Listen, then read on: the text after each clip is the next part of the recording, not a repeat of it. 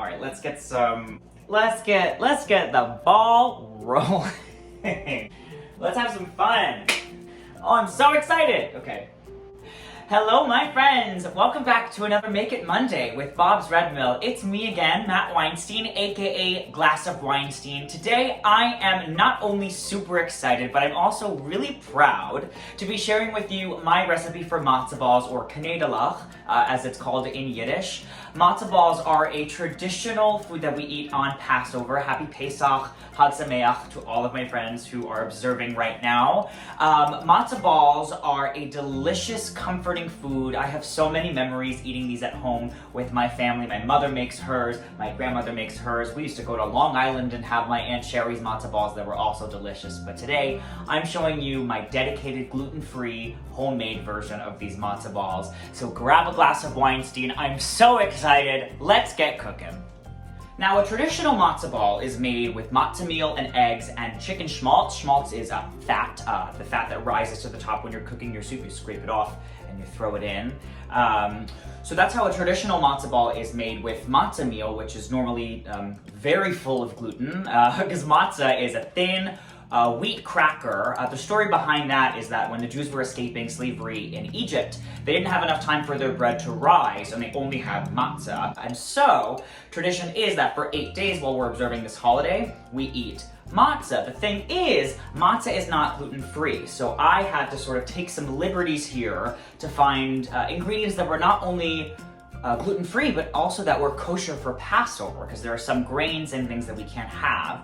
So, the ticket that I found is our Bob's Red Mill cassava flour. Cassava is the yucca, it's like almost a potato. It's a root that's really, really great for gluten-free substitutes, and I found that this really helped to make these matzoh balls delicious. We're also going to have some help from some potato flour and some tapioca starch and some other little ingredients that you might not have thought of. So let's get to it. I have all of my little mise en place bowls all ready to go. Let me show you the steps. So like I said, the base for this is going to be our cassava flour. It's going to be that nice, hearty, yucca potato-y kind of base. So I've got 1/4 cup of our cassava flour.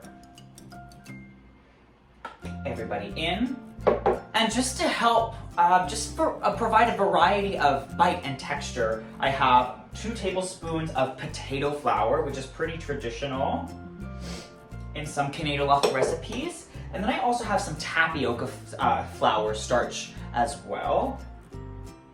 And again, we're using 3 different kinds of starches and flours here, just so that there is a more well-rounded bite. I've tried this with so many different variants, and this combination here definitely gave me the most pillowy, delicious matzoh ball. So I'm super excited about that. I have some spices here. It's basically 1 teaspoon each of garlic powder, onion powder, dried dill, and salt. So we have all of that going in. I also have some fresh parsley that I'm going to combine in here. Oh, some of these pieces are still a little big. Just tear them up. The fresh parsley, obviously, keyword is fresh. It's just going to add a nice variance of flavor to these matzoh balls. Maybe about a tablespoon of the parsley. And then we have our wet ingredients. Before I add our wet ingredients, I'm just going to give this a quick little stir, get everything nice and combined. I love the color that the parsley and the dill add. It just looks super, super traditional. I might get emotional during this. Matzoh balls and Passover are such an important part of my life. I have so many amazing memories, and I just love hosting Passover dinner, the Seder, every year. I'm hoping that this year I can do a really small one. I didn't get to do one at all last year because of the panorama that's happening. Anyway, where was I? I'm adding my wet ingredients. We've got 2 eggs that we're gonna pour right in. I didn't have any schmaltz. I'm sorry, Mom, please don't kill me, but I've just got 2 tablespoons of oil. If you have chicken schmaltz on hand, go ahead and use that if you're vegetarian, or if you just don't have chicken schmaltz, because it's kind of a weird thing to just have on hand.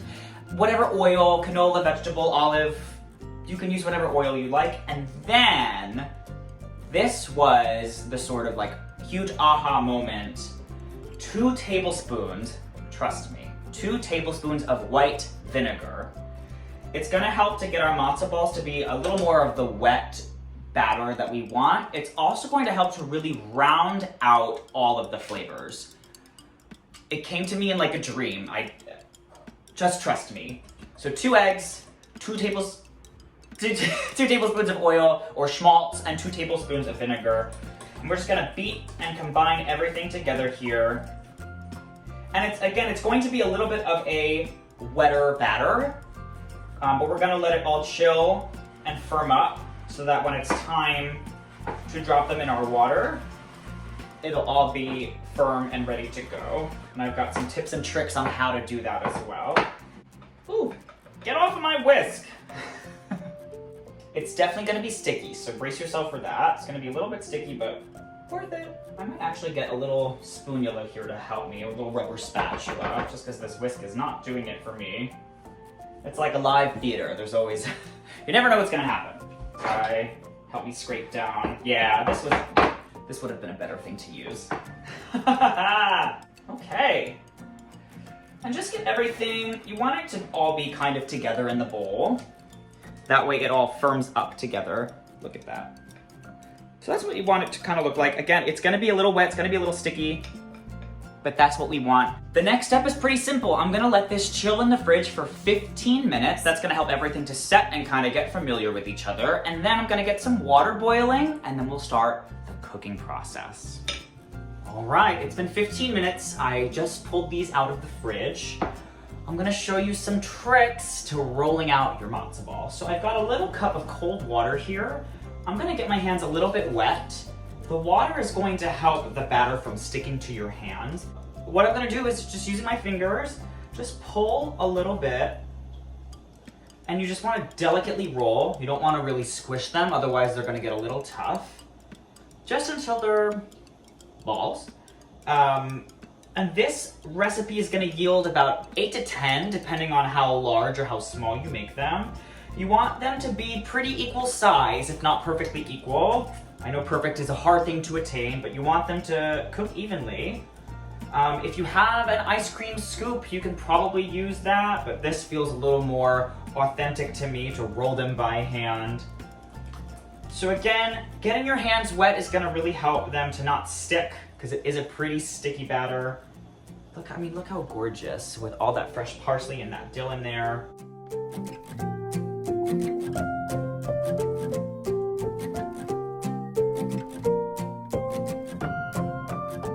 So I managed to roll about 8 of these.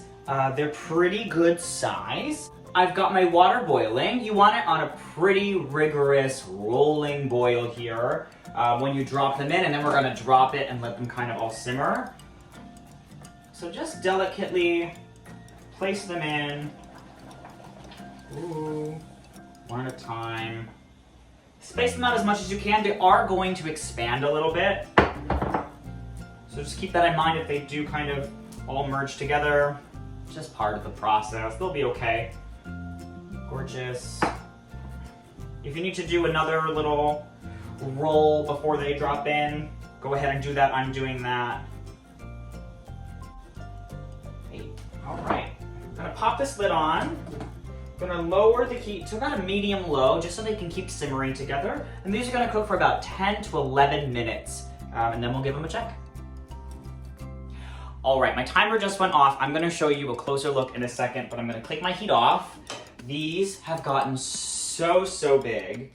I mean, look at these gorgeous, oh, look at him float around in there.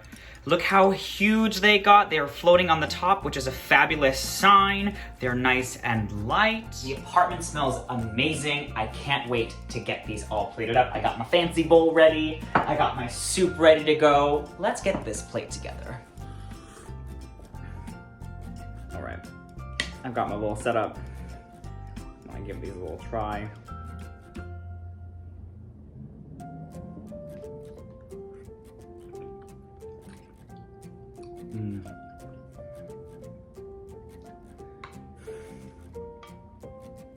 It's really nice.